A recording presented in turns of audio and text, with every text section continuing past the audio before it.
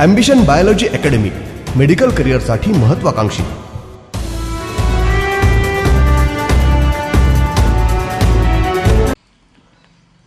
Hello dear students, सो यहाँ हम biological classification study कर रहे हैं और लास्ट वीक में हमने किंगडम मोनेरा को कंप्लीटली स्टडी किया है. अब हम कार्ल ल्यूइज़ी ने जो 6 किंगडम क्लासिफिकेशन दिया था, वो 6 किंगडम क्लासिफिकेशन किस तरह से दिया था उसके बारे में थोड़ा सा डिस्कशन करेंगे. देखो, कार्ल ल्यूइज़ी ने 3 डोमेन थ्योरी बताई थी. कार्ल ल्यूइज़ी जो है, तो हम डिस्कशन कर रहे हैं अगेन 6 किंगडम क्लासिफिकेशन. ऑलरेडी हमारा ये पॉइंट पहले लेक्चर में हो चुका है, लेकिन पर्पजली हम इसके ऊपर डिस्कशन करने जा रहे हैं. 6 किंगडम क्लासिफिकेशन ये किसने दिया है? कार्ल ल्यूइज़ी ने दिया है. कार्ल ल्यूइज़ी नाम के साइंटिस्ट ने ये हमें दिया है. तो उनके मतानुसार कि उन्होंने एक सेपरेट किंगडम तैयार किया. मोनेरा जो है, मोनेरा का किंगडम आर्चीबैक्टीरिया और किंगडम मोनेरा ऐसे प्रोकैरियोटिक सेल के 2 किंगडम उन्होंने बताए. और ये जो क्लासिफिकेशन उन्होंने किया वो on the basis of ribosomal RNA के ऊपर किया. ओके, तो ये याद रखना है आपको. He classified on the basis of ribosomal RNA. Ribosomal RNA के ऊपर कार्ल ल्यूइज़ी ने लिविंग ऑर्गेनिज्म का क्लासिफिकेशन किया.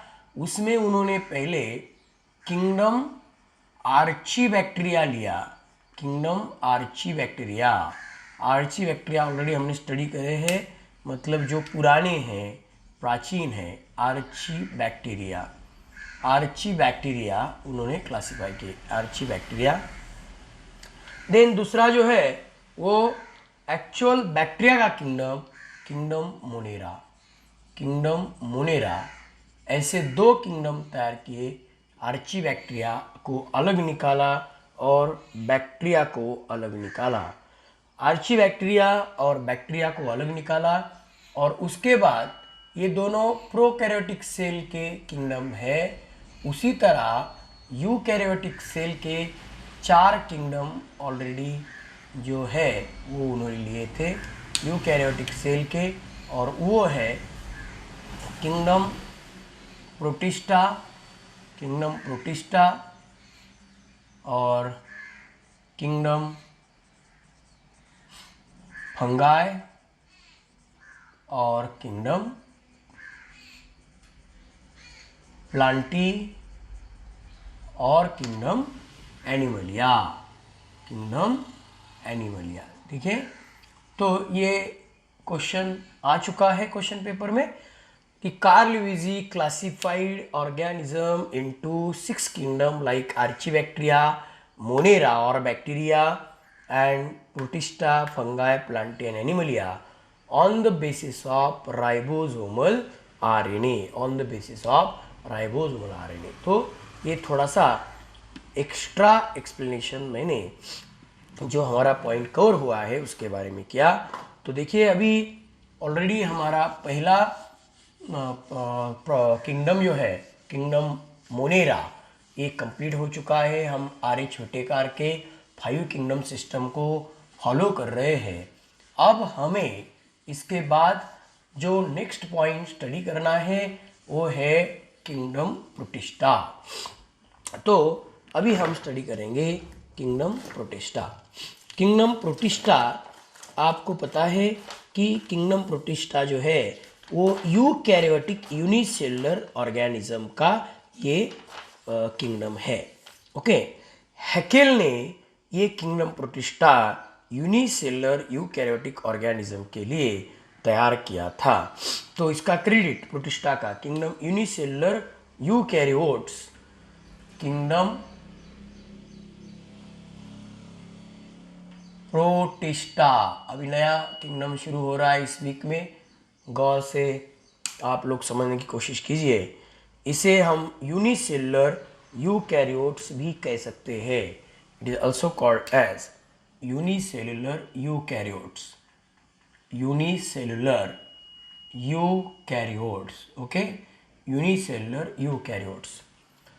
अब इसके बाद यहाँ हमें ये समझना है कि ये जो यूकैरियोट, ये प्रोटिस्टा जो है, ये हैकेल ने ये टर्म दी थी। हैकेल नाम के साइंटिस्ट ने ये प्रोटिस्टा 1886 में ये टर्म हमें दी थी। 1886 में ये हैकेल ने प्रोटिस्टा किंगडम हमें बताया था। और ये जो किंगडम है फाइलोजेनेटिकली ये कॉन्सेप्ट क्लियर हुआ है आपका कि एंसेस्ट्रल हिस्ट्री, हमारे पहले जो ऑर्गेनिज्म थे इस पृथ्वी पर, उसका एक्चुअली एक्सप्लेनेशन करने वाला एंसेस्ट्रल स्टडी को फाइलोजेनी ऐसा कहा जाता है।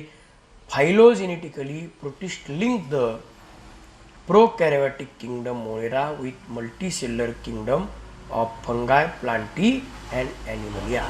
तो देखिए ये शब्द क्या कॉन्सेप्ट है, फाइलोजेनेटिकली। फाइलोजेनेटिकली मतलब क्या, एंसेस्ट्रल हिस्ट्री का स्टडी करने वाला। एंसेस्टर मतलब क्या, पूर्वज, हमारे वंशज, मतलब ना कि हमारे दादा परदादा, हमारे ऑर्गेनिज्म के लेवल पे। जैसे पहले बैक्टीरिया आया, फिर प्रोकैरियोटिक का यूकैरियोटिक सेल यूनिसेलुलर हो गया, फिर धीरे धीरे आगे आगे हम गए। तो फाइलोजेनेटिकली किसके साथ कनेक्शन बताता है, तो किंगडम मोनेरा का मल्टीसेलुलर ऑर्गेनिज्म के साथ। किंगडम मोनेरा मतलब अभी ऑलरेडी हमने ये स्टडी किया है बैक्टीरिया, इसका कनेक्शन किसके साथ देता है, तो मल्टी सेल्यूलर यूकैरियोटिक ऑर्गेनिज्म, इसके साथ ये कनेक्शन दिखाता है यूकैरियोटिक, जैसे कि फंगाई, देन प्लांटी और एनिमलिया। अभी हम जब इसको स्टडी करेंगे तब बहुत सारे कैरेक्टर्स आपको इस तरह से दिखाई देंगे कि जैसे कुछ प्रोटिस्टा मोनेरा की तरह है, कुछ प्रोटिस्टा फंगाई की तरह है, कुछ प्रोटिस्टा प्लांटी की तरह है, कुछ प्रोटिस्टा एनिमलिया की तरह है।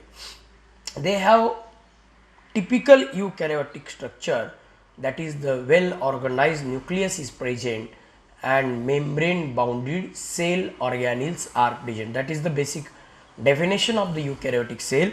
So these characters are present in the protista. They have well organized nucleus, means having the nuclear membrane, nucleoplasm and nucleolus, and that also having membrane bounded cell organelle like mitochondria, chloroplast, endoplasmic reticulum, Golgi complex, lysosome, ऐसे जो membrane bounded cell organelle है ये वहाँ present है। और protista में photosynthetic organism भी है, और यहाँ ये mesokaryotic condition of nucleus is found in dinoflagellates. तो इनमें मेसोकैरियोटिक कंडीशन भी है। लोकोमोशन फ्लाजेला से होता है जैसे यूग्लिना में होता है, या सीलिया से होता है जैसे पैरामीशियम में होता है, या सीडोपोडिया से होता है जैसे अमीबा में या स्लाइम मोल्ड में होता है। तो लोकोमोशन के लिए 3 जरिए हैं। एक फ्लाजेला जैसे कि यूग्लिना में है, एक अमीबा में सीडोपोडिया है, और सिलिया पैरामीशियम में है, स्लाइम मोल्ड में भी सीडोपोडिया है। देन कभी कभी मिसेलेज, ये स्लाइमी सिक्रीशन बॉडी से सिक्रेट होता है, और उसके प्रोपल्शन से डायटम्स जो है ये एक जगह से दूसरी जगह मिसेलेज सिक्रीशन की वजह से जा सकते हैं। देन स्पोरोजोआ जो है, स्पोरोजोआ ये क्लास, ये नॉन फ्लाजिलेटेड यूग्लिनॉइड एंड स्पोरोजोआ वो व्रिगलिंग करते हैं, मतलब ज़मीन को चिपक के चलते हैं, उन्हें व्रिगलिंग ऐसा कहा जाता है। अभी इसमें जो फ्लाजेला है वो मोनेरा की तरह नहीं है, ट्रू फ्लाजेला है, क्योंकि इसमें 9+2 अरेंजमेंट है। तो अभी जो लोग अभी अभी नए ज्वाइन हुए हैं उनको ये 9+2 अरेंजमेंट का मतलब नहीं समझेगा, क्योंकि ये 9+2 अरेंजमेंट हमने ऑलरेडी सेल चैप्टर में स्टडी किया है। तो मैं आपको बताना चाहता हूँ 9 ये माइक्रोफाइब्रिल्स रहते हैं और 2 सेंट्रल फाइब्रिल्स रहते हैं, और ये माइक्रोफाइब्रिल एक दूसरे के साथ जोड़े हुए होते हैं, और ये फाइब्रिल ट्यूबिलिन नाम के प्रोटीन से बने हुए होते हैं, माइक्रोट्यूबिल से बने हुए होते हैं। तो प्रोटिस्टा फोटोसिंथेटिक भी होते हैं या हेट्रोट्रॉपिक भी होते हैं, या कभी फोटोसिंथेटिक मतलब हेट्रोट्रॉपिक, या कभी heterotrophic like mixotrophic like Euglena, ऐसे भी हो सकते हैं। तो ये सारे जनरल कैरेक्टर्स हमने यहाँ स्टडी किए, बहुत इजी है। एक बार फिर से मैं रिवीजन लेता हूँ इंग्लिश में। देखिए, we are discussing about the protista and Haeckel created this kingdom unicellular eukaryotic cells, and these are showing the phylogenetically link in between the kingdom Monera and kingdom Fungi, Plantae and the Animalia. These animals shows the movement, and they are autotrophic because some of them are photosynthetic, or they are heterotrophic, or sometime like the Euglena they are mixotropic, means when the light is available then they show the photosynthesis, but when light is not available then shows a heterotropism. So they are autotropic as well as heterotropic, that's why they are mixotropic. Then locomotion takes place by flagellae in case of the euglenoid, and in case of slime mold and the amoeba pseudopodia are present. In paramecium cilia are there.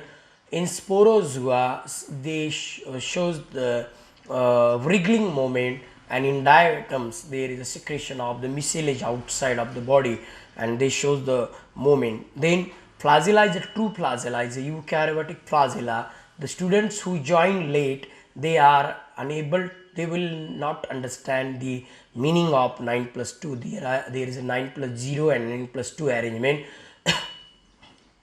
Sorry, actually in case of eukaryotic flagella, 9 microtubules, 9 triplets of microtubules are present, and 2 central microtubule or microfilaments are there. They connected with each other. These microfilaments are basically ultra microscopically, agar if we will study them, we will find that they are made up of tubulin proteins. So that is the 9+2 arrangement is there. It's a very important character, flagella of the eukaryotic protista, that's why they are included in the eukaryotic cell. Most of their characters shows the eukaryotic like characters, and though they show some character like the prokaryotic cells. Then they are photosynthetic, that point we have covered. So these are the general characters of the protista. If there will be the question, give the general character of the protista, then you have to give these questions, give this answer. Now let discuss about the classification of the kingdom protista. Classification of the kingdom protista. See, kingdom protista classified into first class as a chrysophytes. Chrysophyte. First class is a chrysophyte. Second class is a dinoflagellate. Dinoflagellate. Dinoflagellate. Third class is a euglenoid slime mold. Euglenoid. Fourth class is slime molds. Slime molds. And fifth class is protozoa. Protozoa again classified into classes. These are the group. Protozoa classified into amoeboid,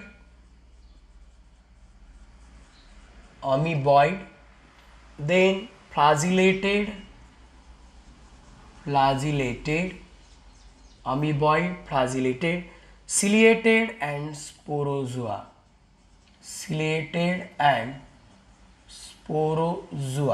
Okay. ciliated and sporozoa. So kingdom Protista, chrysophyte, dinoflagellate, amoeboid, chrysophyte, dinoflagellate, euglenoid, slime mold, protozoa, amoeboid, flagellated, ciliated and sporozoa. So main 5 groups are there: chrysophytes, dinoflagellate, euglenoid, slime mold and protozoa. Protozoa, amoeboid, flagellated, ciliated and sporozoa. One thing you have to remember here, you have to memorize all these groups of kingdom Protista. ये बहुत बड़ी बात होती है जबकि आप लोगों को ये बेसिक नॉलेज आपके हाथ में होता है। देखो, आप 11th स्टैंडर्ड में हो, आपका 12th पूरा होगा और उसके बाद आपको नीट एग्ज़ाम देनी है। आपको अगर आउट ऑफ मार्क्स के ओर जाना है, अच्छी मेहनत करनी है, अच्छे अंक प्राप्त करना है, तो लगन से पहले चैप्टर से आपको एक एक लाइन के ऊपर अच्छी तरह से फोकस करना बहुत ज़रूरी है। इसीलिए जो नोट्स हम बना रहे हैं, जो प्रिपरेशन हम कर रहे हैं, वो जरा प्रॉपरली अपने जहन में बिठाने की कोशिश करो। तर हे पहा बाळांनो की किंगडम प्रोटिस्टाचे हे 5 ग्रुप आहेत आणि हे आपल्याला आयुष्यभर लक्षात राहिले पाहिजे।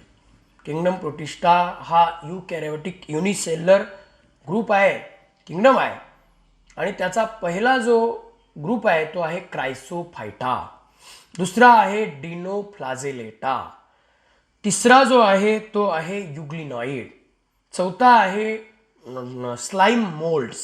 आपण पाहिलं की हा किंगडम मोनेराप्रमाणे त्याचबरोबर उरलेल्या युकॅरियोटिक किंगडम फंगाय, प्लांटी, ॲनिमलिया यांच्याप्रमाणे कॅरेक्टर्स दाखवतो। तर याचा अर्थ असा झाला की याच्यामध्ये या सगळ्यांचे कॅरेक्टर आपल्याला दिसून येणार आहेत आणि मग त्या पद्धतीने आपल्याला लक्षात ठेवायचं आहे। तर किंगडम प्रोटिस्टाचा पहिला ग्रुप आहे क्रायसोफायटा, दुसरा आहे डिनोफ्लाजेलेटा, तिसरा आहे युग्लिनॉइड, चौथा आहे स्लाइम मोल्ड आणि पाचवा आहे प्रोटोझोआ। हे लक्षात घ्या, प्रोटिस्टा हा शब्द वेगळा आहे, तो किंगडम आहे, आणि प्रोटोझोआ हा एक ग्रुप आहे त्या किंगडमचा। तर कधी कधी किंगडम प्रोटोझोआ असं म्हटलं जातं, तर ते चुकीचं आहे, कारण प्रोटोझोआमध्ये परत पुन्हा क्लासेस आहेत: सिलिएटेड, अमीबॉइड, फ्लॅजिलेटेड आणि स्पोरोझोआ। ठीक आहे, तर हे डोक्यात ठेवायचं। जसं किंगडम मोनेरा परफेक्ट केला आपण, बायोलॉजीचा हा सगळ्यात जास्त मूलभूत असा बेस आहे, आणि हा बेस, हे मूलभूत स्टडी, हा अभ्यास जर आपल्या डोक्यात बसला तर बायोलॉजी तुम्हाला अवघड जाणार नाही। हे खूपच बेसिक आहे आणि तुम्ही जगाच्या पाठीवर कुठेही गेलात तरी या नॉलेजला कुठलाही पर्याय नहीं है। तो मैं इसलिए चाहता हूँ कि आप लोग इसे गौर से सुनिए, समझने की कोशिश कीजिए। अच्छे इजी नोट्स आपके हाथ में है और मैं भी आपको ये सब कुछ दे रहा हूँ। तो देखिए, chrysophyte, dinoflagellate, euglenoid, slime mould, protozoa में अमीबॉइड, फ्लाजिलेटेड, सिलिएटेड, स्पोरोजोआ, ऐसे क्लासेस है। तो चलो एक 5 बार हम इसकी रिवीजन करते हैं और हम कहीं देखेंगे नहीं।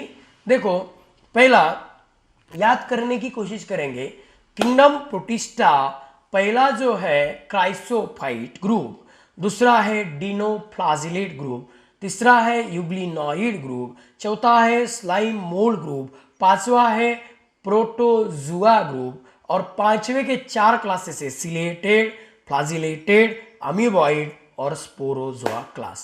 ठीक है, पहला रिवीजन खत्म हुआ।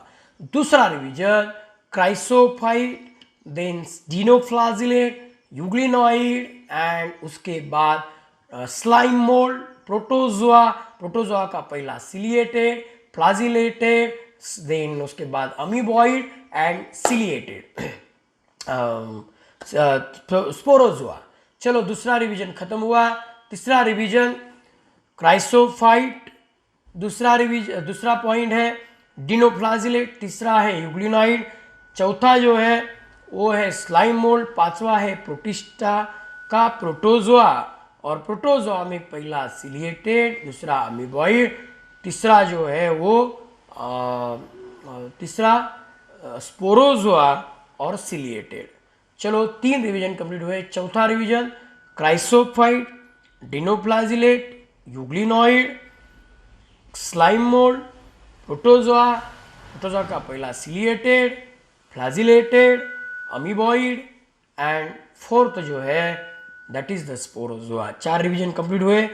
5वीं बार देता हूं, याद रखिए प्रोटोस्ट किंगडम प्रोटिस्टा को स्टडी कर रहे हैं।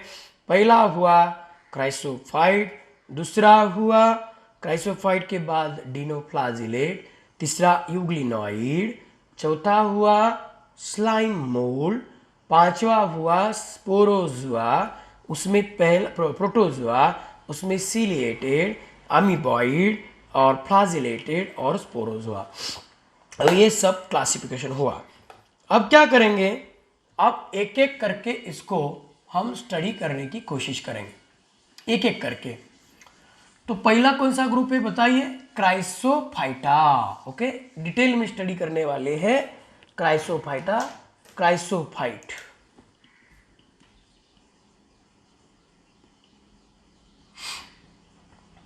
क्राइसोफाइट्स, देखो क्राइसोफाइट्स में they are group of diatoms और गोल्डन algae।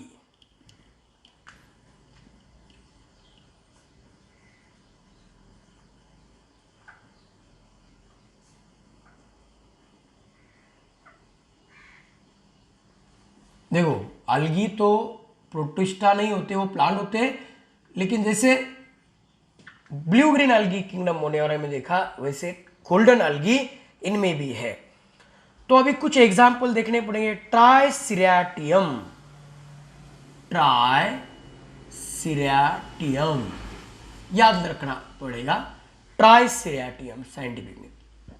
दूसरा है पिरोसिग्मा, PIE, पिरो, पिरोसिग्मा, पिरोसिग्मा, पिरोसिग्मा, PIEURO, पिरोसिग्मा, पिरोसिग्मा, PIEUROSIGMA, पिरोसिग्मा।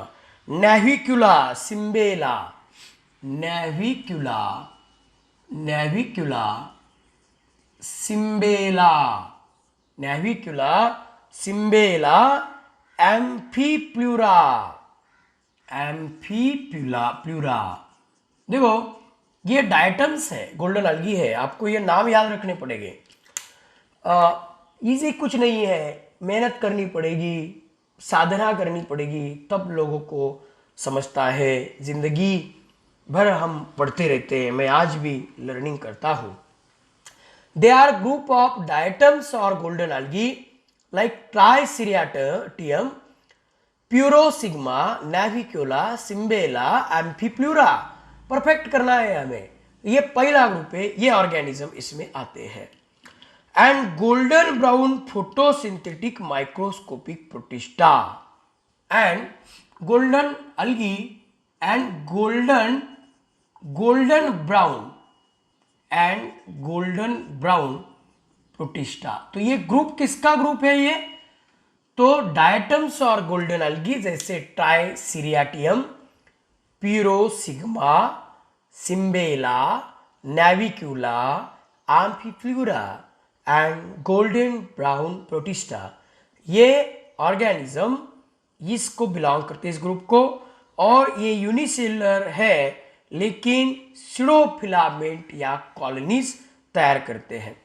अब फिलामेंट मतलब क्या, एक के साथ एक के साथ एक के साथ जोड़ा हुआ लंबा स्ट्रक्चर जो अनेक छोटे छोटे यूनिट से स्ट्रक बना जाता है, उसे फिलामेंटस स्ट्रक्चर कहते हैं, जो फंगाई में हम देखेंगे। लेकिन ये उसकी तरह दिखता है, सीडोफिलामेंट्स मतलब डमी, मतलब तोतिया, उसके जैसे दिखने वाला। जैसे मेरे जैसे कोई आपको दिखाई देगा, लेकिन वो मैं नहीं हूं होगा, तो इसका मतलब ये है सीडो। तो सीडोफिलामेंटस, या फिर एक साथ रहने के बाद कॉलोनीज में वो रहते हैं, वो है यूनिसेलुलर, लेकिन वो ऐसा लगता है कि मल्टी सेलुलर है क्योंकि वो एक साथ रहते हैं, कॉलोनीज में रहते हैं और वो स्यूडोफिलामेंटस है। तो they basically unicellular but lives in colonies and can form but and क्या हम ऐसा कर सकते हैं, but can form colonies and सीडोफिलामेंट की टर्म अभी कॉन्सेप्ट क्लियर हो गई ना सीडोफिलामेंट की। ये कॉन्सेप्ट ठीक ठाक क्लियर करना चाहिए। देखो सीडोफिलामेंट मतलब जैसे कि फिलामेंट की धागे की तरह दिखने वाला। धागा तो ये स्ट्रक्चर का नहीं होता ना, अलग अलग स्ट्रक्चर के धागे माला की तरह, जैसे एक एक मणि एक साथ डालते हैं हम तो ये फिलामेंट स्ट्रक्चर बन जाता है। Then diatoms occur in aquatic and moist terrestrial habitat. देखो बहुत इंपॉर्टेंट पॉइंट है, फाउंड इन एक्वेटिक मतलब पानी जहाँ है वहाँ, एंड मॉइस्ट टेरिस्ट्रियल हैबिटेट मतलब जहाँ मॉइस्ट जमिनीवरती, परंतु जमीन कशी हवी है, ओली जमीन हवी है। हैबिटेट मतलब क्या, अधिवास, जहाँ वो रहते हैं। हमारा घर हमारा हैबिटेट रहता है, अहमदनगर डिस्ट्रिक्ट हमारा हैबिटेट है, तो ये उनका घर रहता है। They are very good pollution indicator, they are good pollution indicator. देखो diatoms are, they are good pollution indicator. देखो बहुत बड़ी बात है, इसलिए तो डिटेल में ले रहे हैं। देखो 4 लाइनें भी नहीं दिए हैं हमारे एनसीईआरटी बुक में या बोर्ड बुक में, लेकिन हम अगर वो फॉलो करेंगे और कल अगर देखो 10% 15% क्वेश्चन तो बाहर से आते हैं, फिर आप लोग कंफ्यूजन हो जाएगा आपको और फिर आप प्रॉपरली आंसर नहीं दे सकोगे और फिर वहाँ जाके आप ताने दोगे कि हमारे टीचर ने हमारा परफेक्ट नहीं लिया। इसलिए पहले से नोट्स निकालते रहिए, आप लोग पहले से काम करते रहिए। अगर ऐसा करोगे तभी जाके आपको अच्छी तरह से समझ में आने वाला है। तो देखिए यहाँ हम क्राइसोफाइट्स स्टडी कर रहे हैं और मैंने आपको बताया कि they are good pollution indicator. तो यहाँ गुड पोल्यूशन इंडिकेटर है वो, हम उनके प्रेजेंट्स की वजह से समझ सकते हैं कि यहाँ पानी में पोल्यूशन है या नहीं है। तो यहाँ हमने ये देखा कि they are good pollution indicator. Okay, तो इस तरह से ये इंपॉर्टेंट कैरेक्टर है उनका, they are good pollution indicators. Then उसके बाद the body is covered by transparent siliceous cell. Silica होते हैं उसमें सेल वॉल में, इसलिए उसे फ्रसल ऐसा कहा जाता है। बॉडी को ट्रांसपेरेंट सिलिशियस सेल में कवर किया गया है।